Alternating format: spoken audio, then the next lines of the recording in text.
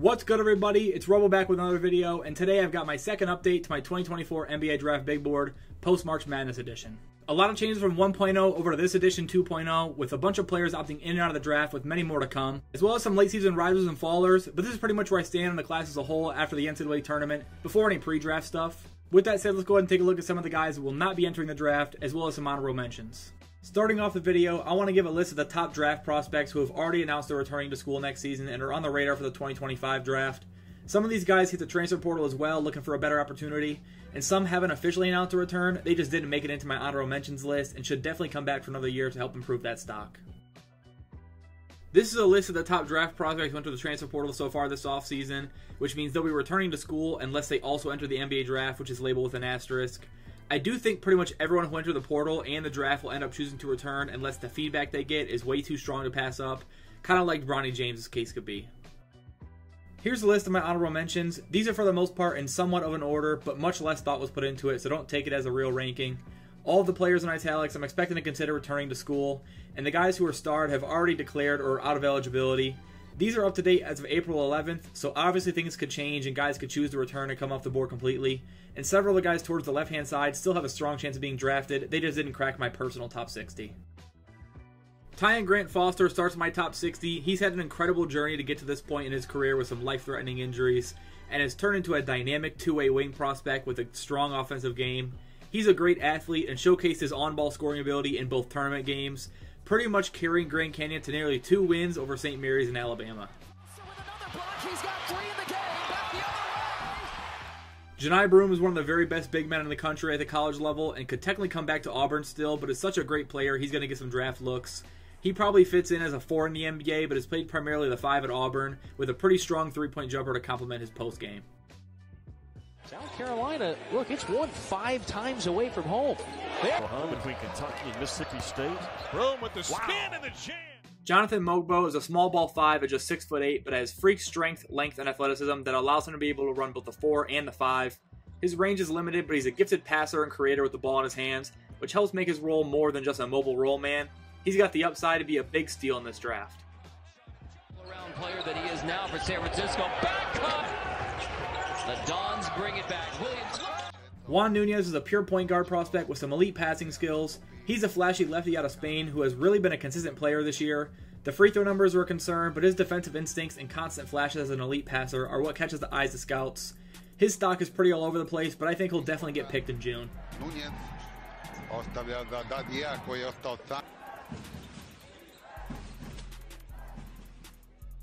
Cam Spencer transferred into UConn from Rutgers and had an immediate impact, averaging over 14 points a game on elite efficiency from deep, turning himself into an NBA draft prospect who is definitely more than just a shooter. He's a super hard worker and plays with incredibly high IQ on the floor at all times, and could definitely hear his name called sometime in round 2. Switch it. Klingon asking for it. Spencer. Mark Sears absolutely lit up the NCAA tournament, landing on the all-tourney team after making the Final Four at Alabama. His range is limitless, and he showed that all season long, averaging 22 points a night on really great efficiency from deep. His size and lesser usage of the mid-range are why I don't really see the Jalen Brunson comps as an exact right now, though, but I do think he's definitely worth a pick. Backed off and took it away from him. Wow. Jalen Bridges could really go in the early second round of this draft, as 6'8" wings with his skill set aren't super common. He shot over 40% from behind the arc this year and was a reliable defender and free throw shooter, exactly the type of winning players a lot of teams are looking for in the draft.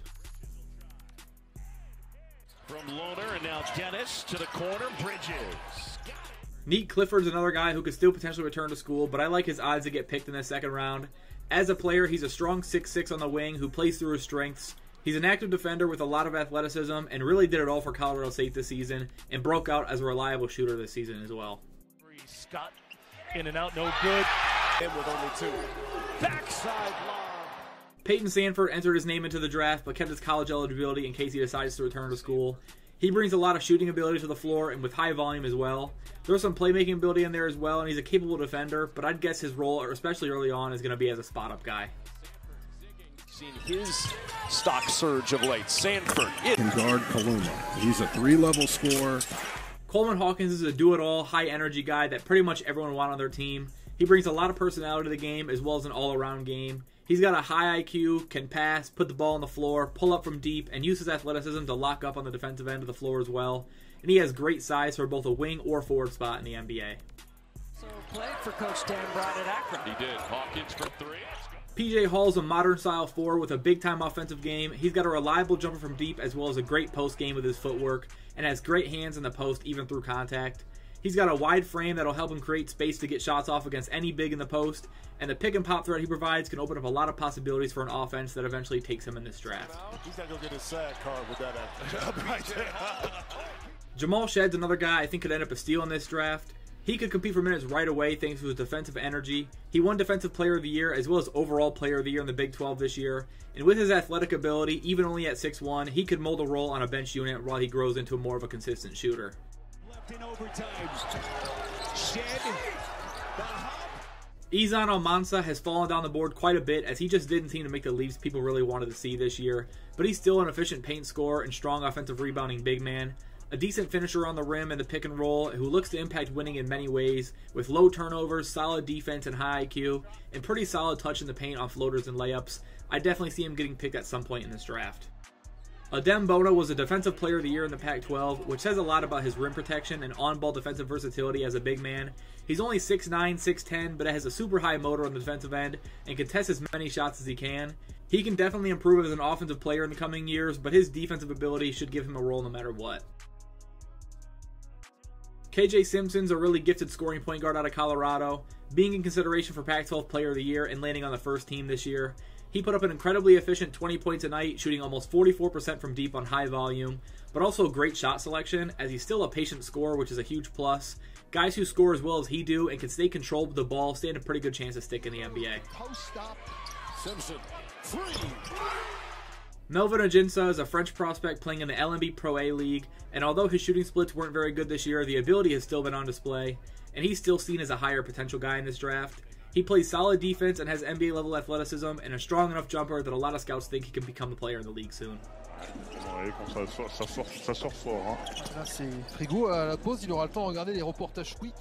Alex Karaban is now a two-time national champion at UConn and brings elite shooting to the floor as well as an incredible feel for the game.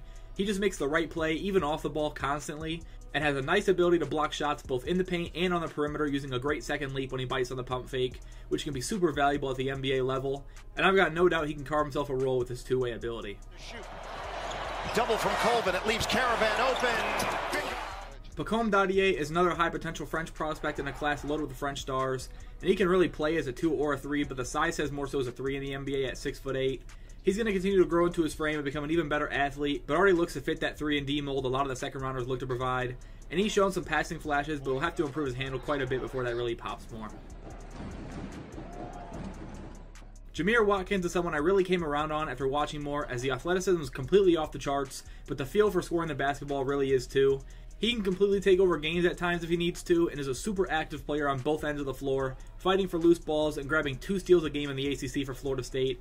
I think he's got what it takes. That pass went to the wrong hand. Should have been to the shot clock's at 3. Does he know it? Got it off and hits. Justin Edwards is someone I thought would benefit a lot from staying in school another year, but ultimately he decided to bet on himself and enter the draft instead. And he's got more than enough ability to potentially be picked. He was ranked as a top 5 prospect in this draft at the beginning of the year, but had a really rough start to the year and couldn't get involved much at Kentucky and fell off a cliff. He had a couple breakout nights though, and he could make a team really happy over the next few years if he ends up panning out. Shepard drives a lot of attention towards him. Edwards kicks. Man of the year. Cross-court pass. Edwards a 3. Harrison Ingram blew up this year after a super strong season on both ends, especially in a shooting sense as he knocked down threes at a high level, especially late in the year throughout the tournament. He's another high IQ defensive-minded forward who's better off as a 3 in the NBA, but played mainly at the 4 for UNC. But at 6'7", the shooting coming along is huge for his future, as paired with the defensive instincts and high motor, he'll be hard to keep off the floor. Shot clock at 8. Ingram spins, working on Nelson. Baylor Shireman has been really underrated in terms of draft stock for a while throughout the year, but started getting more respect as the season went on and has become a serious triple-double threat on a nightly basis for Creighton. He brings elite shooting to the floor, as well as the size and versatility to fit in as a wing you want to give a bunch of minutes to off the bench in the future. Commercial load. Shireman, another. Shireman, step back jumper. Pelle Larsson doesn't really seem to be the full 6'6" he's listed as, but regardless, I think he fits in as a combo guard at the next level, and he's a really strong shooter with a lot of ability as a playmaker as well. He did a bit of everything for Arizona this season, shooting over 50% from the floor and over 42% from three, while playing fairly solid defense on the other end. Larsson on the other end, lays it in. Ball goes inside, he wants the ball, but Larson's going to call his own number. Also, Iguodala has an incredible feel for the game as a passer, screener, and roll man, and plays with a strong sense of how and when to switch on defense and plays winning basketball at all times. He's had good efficiency inside, but is no threat from outside at all right now. I still like the Trace Jackson Davis comp I gave last big board, but again, he's a bit taller and a little less of an athlete in my opinion. You're going to get a look. Look at this two-man play. AJ Mitchell has been kind of in the late first, early second range for a big chunk of this season, and I think that's where he should end up. He's a point guard with good size at 6'4", while being an excellent shooter off the dribble. He has great length and has found a lot of success as a driver as well this season, finishing on the first team in the Big West, following up that Player of the Year campaign he won last year. Minutes without a point. AJ Mitchell spins around Allen Ikens. Goaltending. Carlton Carrington shot himself into draft consideration immediately as the season started, kicking things off with a triple-double early on, and then slowed up a bit efficiency-wise throughout the middle of the year, but he came on again late. He originally said he was going to return to school, but changed his mind and entered this draft. He's got a ton of ability as a scorer off the dribble, and has a pretty high ceiling as a scorer because of his length and offensive bag combo, and I think a lot of teams are going to fall in love with his game. The three. Wow. Hunter Sallis transferred out of Gonzaga last offseason and ended up being an incredible decision for him as he blew up this year at Wake Forest as the go-to guy, scoring 18 points a night while playing two-way basketball. He's got size to block shots as a guard and defend the perimeter, and could end up being a first-rounder thanks to being such a well-rounded player with some serious experience to now back up that previously high rating. Salas is feeling it. Out for Salas. He will fire again and hit. Bobby Klintman's another overseas prospect, this time from Sweden, who has been all over boards for a year now during his time at Wake Forest and now in the NBL. He's still raw overall, but he's got a lot of length at the forward spot. He's shown some strong slashing ability at times and still can grow into his frame a bit more. He's got a solid feel for his jumper though, which is pretty fluid, but needs to be more consistent so he can become more reliable. Guard Bryce down on the defensive end, which has worked well for them in that first quarter. Jalen Tyson had a huge season this year at Cal, scoring nearly 20 points a game as the go-to guy in the squad. He's 6'7", but has more than enough ability on ball to be a two-guard at the next level, if not a three. The jumper is there, and he's a big-time athlete as he showed all year, and he showed some playmaking ability which could really help him become a first-round pick in June. Kennedy, not even close. Look at the crowd! Yeah, baby. Thank you, David. You don't look a day over 30. Yes. And Folly Dante had it ripped by Tyson. Trey Alexander is one of my favorite gems from this class. Not many have him this high up, and I still consider him a potential first-rounder. I really like his game. He struggled from three early on in the season, which dragged his numbers down, but they still finish around 34%, closer to where they were last year. His bread and butter is the mid-range, and he's been such a proven guy. Creighton went to him countless times in the clutch this year, and he delivered. His defense is another great asset of his, as well as some playmaking ability, so when the shots aren't falling, he's still someone you want on the floor. 1 minute to go. Alexander, what a move. Kicking off my first round at number 30 is Tyler Kolek. I'm a fan of what Kolek brings to the table as a lead initiator for an offense. He's an incredibly tough player with a high motor, just that type of player a lot of rival fan bases love to hate. He gets under guys' skins constantly while playing at a high level on the floor. He's got a really well-rounded offensive game with a strong jumper and great touch around the rim, but he thrives most as a playmaker and play initiator, as you see with the assist numbers. I could see him fitting in well off the bench for just about anyone in the league.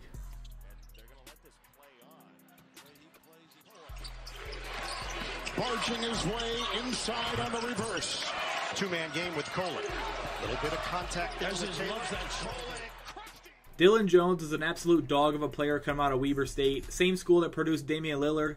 Jones isn't the level of player Lillard was at all, but he's got a real nice game I think could catch the eye of a lot of playoff caliber teams.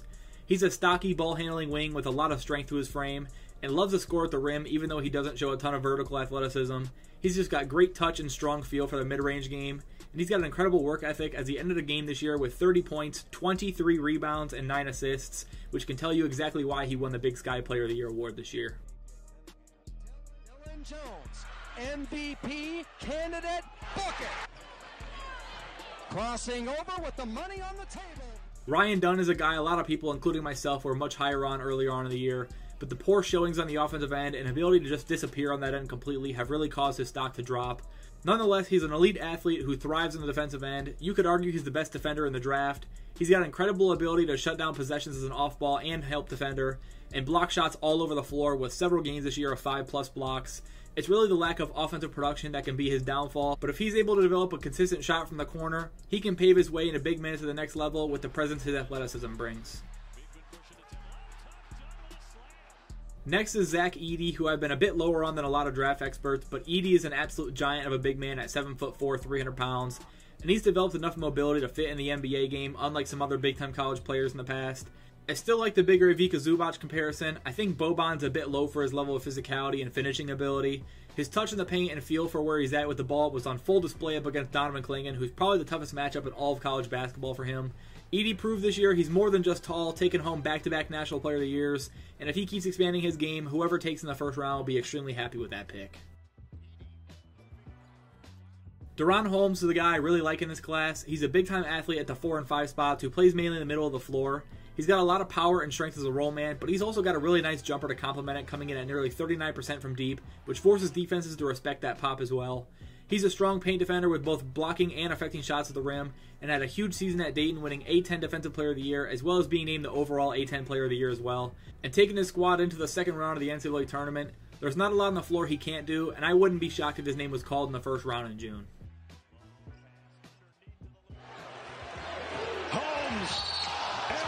Arizona is defensively. 4 to shoot. Holmes drives and scores it. Keyshawn George was a big freshman riser this year, as when the season went on, he got more and more involved in the offense. He's a lanky guard with a solid handle and a lot of ability off the dribble. He shot over 40% from deep this season, which is a great sign with his size at the guard spot, coming in at 6'8". Some Miami guys think he's even taller than that, but we'll see before the draft. Keyshawn can bring it defensively as well, using his length to defend in space, and picked up a steal per game in just 23 minutes. He's a guy who could see himself near the lottery based on high potential, as a team could really see him as a home run type of player in this class. Those 33, so much so that they put size on him this game. George will fire. That was given by their head coach. George gets free. Tristan Da Silva has gotten a pretty big stock boost towards the end of the year, as he really came on late on both ends of the floor. At 6'9", he's an experienced power forward with a really smooth offensive game, mainly with his footwork and on-ball ability, but he's also got a strong spot-up option, as he shot around 40% from deep this year as well. He's flirted with the draft process in the past couple years and has gotten some interest from scouts, but smartly opted to continue improving his game in college, which has done a lot for him. I think in this class, there's a chance he's taking the top 20, and he can bring winning basketball to whoever takes him. It's congested in there. Da Silva 3. Tidjane Salaün is a French-born wing prospect with a lot of athleticism and a decent jumper. Although he's only 2'12", at 6'9", 6'10", he's got broad shoulders, which gives him a lot of room to grow in the strength department to help him become a more efficient attacker and defender.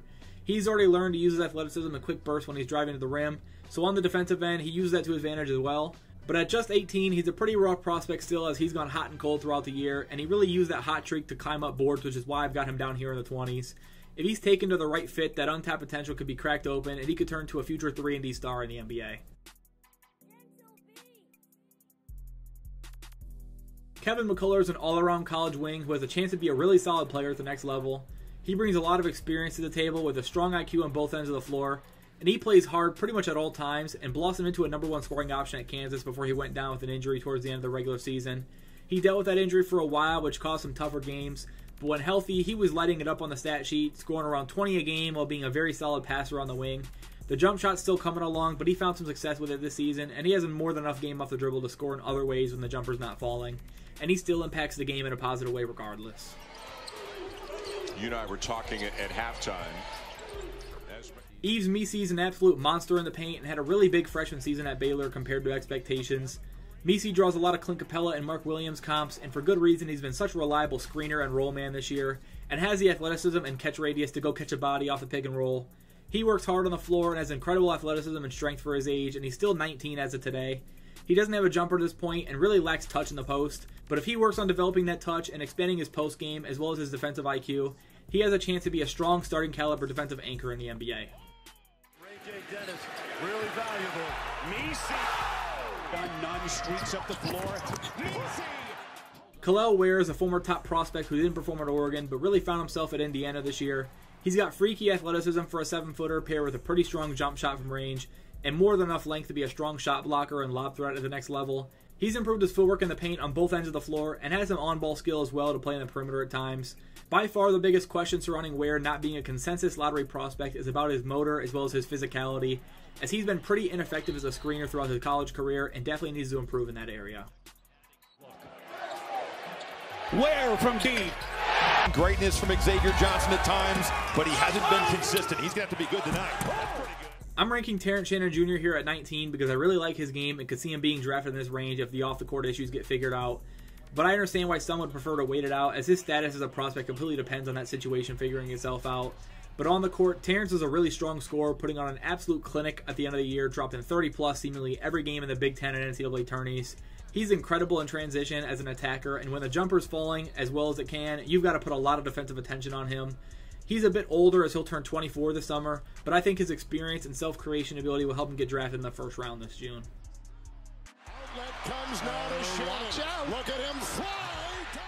Johnny Furphy's an Australian-born wing prospect with great size at 6'9", and he exploded on the draft scene after a strong freshman year at Kansas.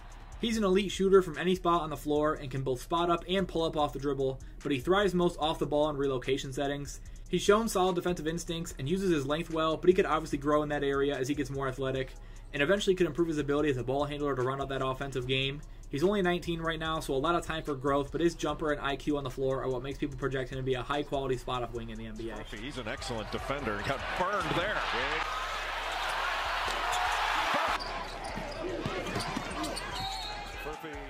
Tyler Smith is another one of my favorites dating back to his overtime elite days. I mocked him in the first round of last summer in my way too early mock draft, and since then he's just blossomed into an elite offensive forward for the G League Ignite program, which has his stock sitting firmly in the first round this year with some lottery hope. He's got a strong frame and can get pretty crafty as a lefty stretch four, complementing his solid athleticism with the ability to put the ball on the floor to attack a closeout. Defensively, he can block shots with some athleticism, but isn't close to being a strong defensive guy at the next level, so he fits best as a stretch four in the NBA next to a strong defender at the 5. Here's Smith calling for it. 2 seconds, rising up. Tyler Smith has 22. Devin Carter teased a college return for a bit, but ultimately made the smart choice to declare for this draft, coming off an incredible junior season that brought him a Big East Player of the Year award, as he became one of the best defenders in the country. He's super active with a freak-level motor and has an absurd amount of confidence on both ends of the floor. He's very athletic for his size, standing just 6'3" at the guard spot, but with a ton of bounce, and the range of his jumper was a huge asset for him this year as he hit shots from the logo on several occasions this year. Shot selection could be a bit of a concern, but that could be due to his role at Providence. But whoever ends up grabbing Carter in the mid-first this year is going to get an absolute dog. Back his way in, drop step, takes a 3. Jared McCain absolutely blew up the season, budding into a potential lottery pick thanks to his extremely efficient season as a shooter in just about every situation this year. But despite the elite jump shot, he can also put the ball on the floor to attack a hard closeout, and was super reliable from the free throw line, which is always a telling sign for a shooter's consistency. He's not a consistent lead ball handler, which hurts a bit because of his size, but he can run an offense from time to time, and he's a really solid passer and high IQ player. Defensively, he's more of a team defender with his instincts and activity, but he's shown some solid on-ball ability against guards with a bit less athleticism. But the shooting ability right now is so strong, it should lead him to quality minutes at the NBA level, even as a rookie. Good job twice. Leak out here. McCain, that's a deep one. Bottom. Kyle Filipowski is somewhat all over board still, as some guys love him and some guys don't. But as a player, he's a near 7-foot stretch big who has a really strong floor mobility for his size, as well as being an above-average ball handler for the position with a really solid jump shot extending out to three-point range. He showed some more playmaking ability this season and improved on the defensive end a bit, which is easily his biggest question mark when you consider entering last year's draft. He seemed more capable of defending the rim, but still struggled in matchup against guys with bigger frames or dominant post games, especially DJ Burns and NC State. But regardless as a whole, I think he did improve a bit in that area. Out of 5 to the jumper. Get Roberts out of the play a little bit. Filipowski against Francis. Uses the body. Jacoby Walter had a huge start to his freshman season at Baylor, looking like arguably the best freshman in the class. But as the season went on, his shot went pretty cold, and he didn't recover until a decent stretch towards the end of the year. But he showed he can score at a high level from anywhere on the floor, and did so on a really good Baylor team. Jacoby should be a strong shooter at the next level with enough on-ball ability to take advantage of lesser defenders, and he would fit really well as a scoring guard next to a playmaker. The ball handling is there, so if he keeps growing his efficiency, he could become a really strong scoring threat similar to Chris Middleton.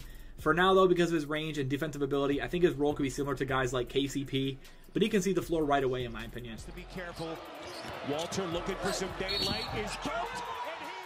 Isaiah Collier is the former #1 player in the class of 2023 and was originally slated to be a top 5 pick in this draft before some poor efficiency play and an injury that sidelined him for several weeks. But when he came back late in the year, he had some really strong outings. The poor start was probably due to the adjustment period freshman guards usually have with the college game, and a guy like Collier has shown he can be an incredible creator in isolation and in the pick and roll.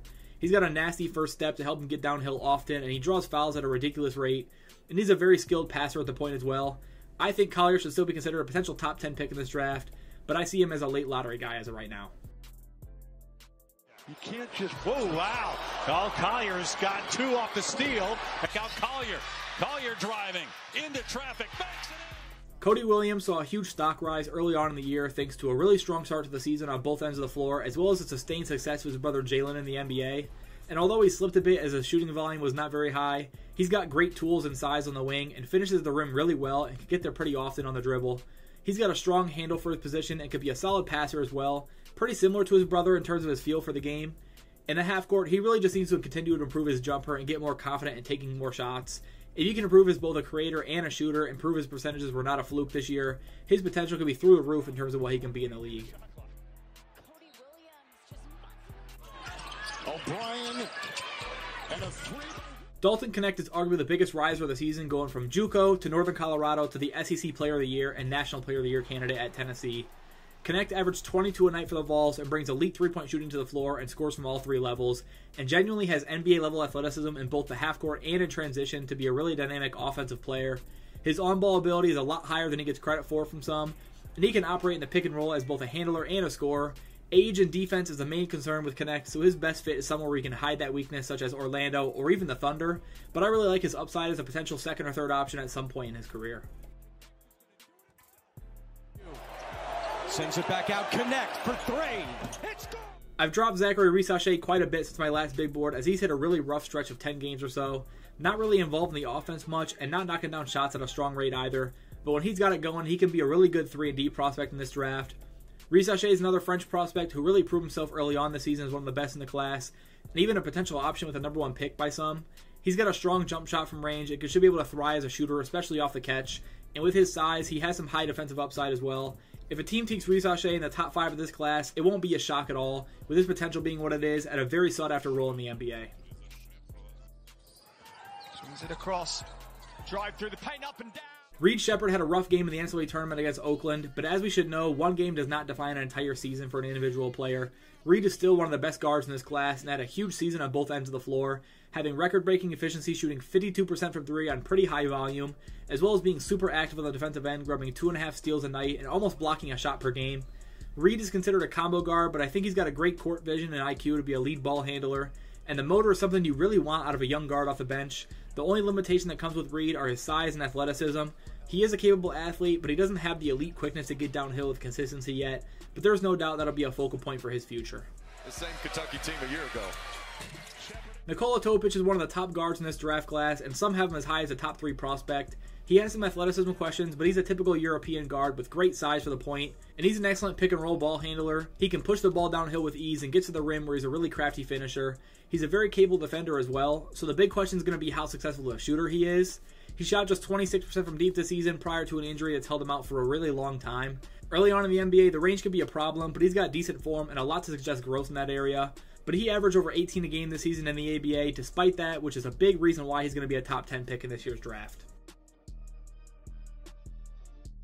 Donovan Clingan had an early season injury which stalled his stock quite a bit, but he absolutely dominated down the stretch of the season en route to his second national championship at UConn in as many years, holding his own against the nation's best in Zach Edey as well. Clingan's a huge big man at 7'2", who brings a ton of defensive potential as an anchor 5 with strong rim protection and quick feet. Offensively, he isn't a threat from the perimeter, but I know he's been working on it at times. But his main game is on the defensive end, just being an absolute force in the paint. Teams just completely refused to attack the paint when he was in the game all year, and that could continue in the NBA similar to Walker Kessler. Offensively, he can be a strong roll man and finisher using his size, and could be a quality big man right away next season. With the find. Cutter, Nelson. Steph Castle quickly became one of my favorite players to watch this season because of his unselfishness and hard work ethic on the floor. He had a really slow start to the season with the jumper, but improved over the course of the year, although he still wasn't a huge threat to shoot. But he just plays with such a strong motor and energy. He's a big reason why UConn won the title again this season, other than the fact that the rest of the team was dominant as well. But his defense is a selling point for his game, and he can really take a guard out of the game completely sometimes. As he keeps growing as an offensive player, he can become a really high potential lead guard talent who can make plays downhill as both a scorer and a playmaker, and hopefully continues to improve as a shooter to become a serious weapon on both ends of the floor and be well worth a top 5 pick.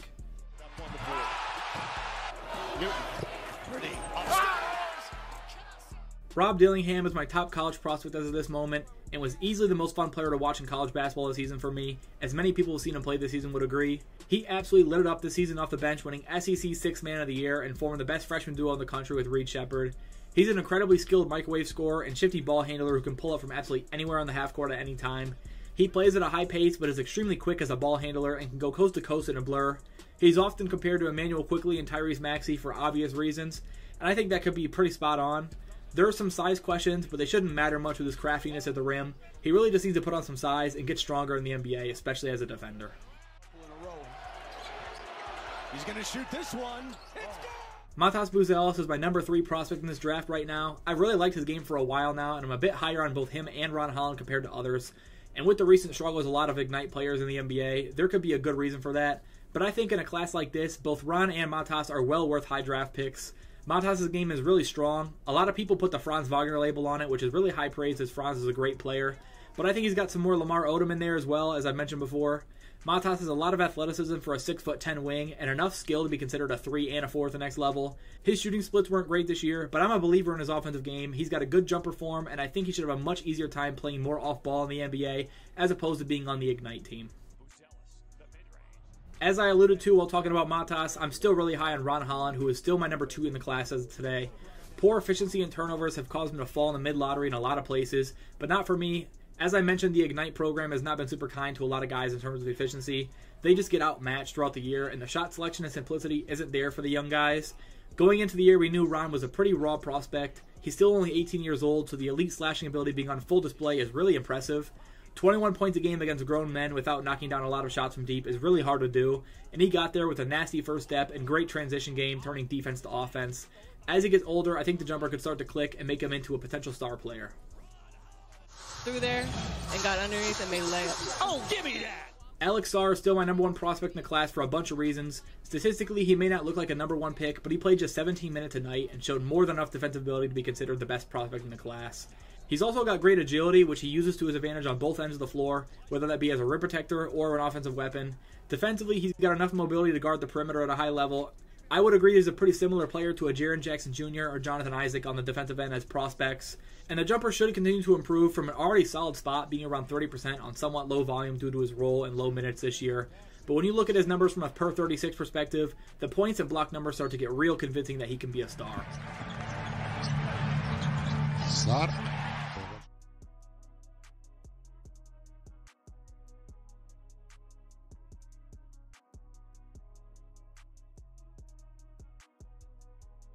That's it for my second NBA Draft Big Board for the 2024 class. Feel free to comment down below your thoughts on any of the players and who you want your team to target.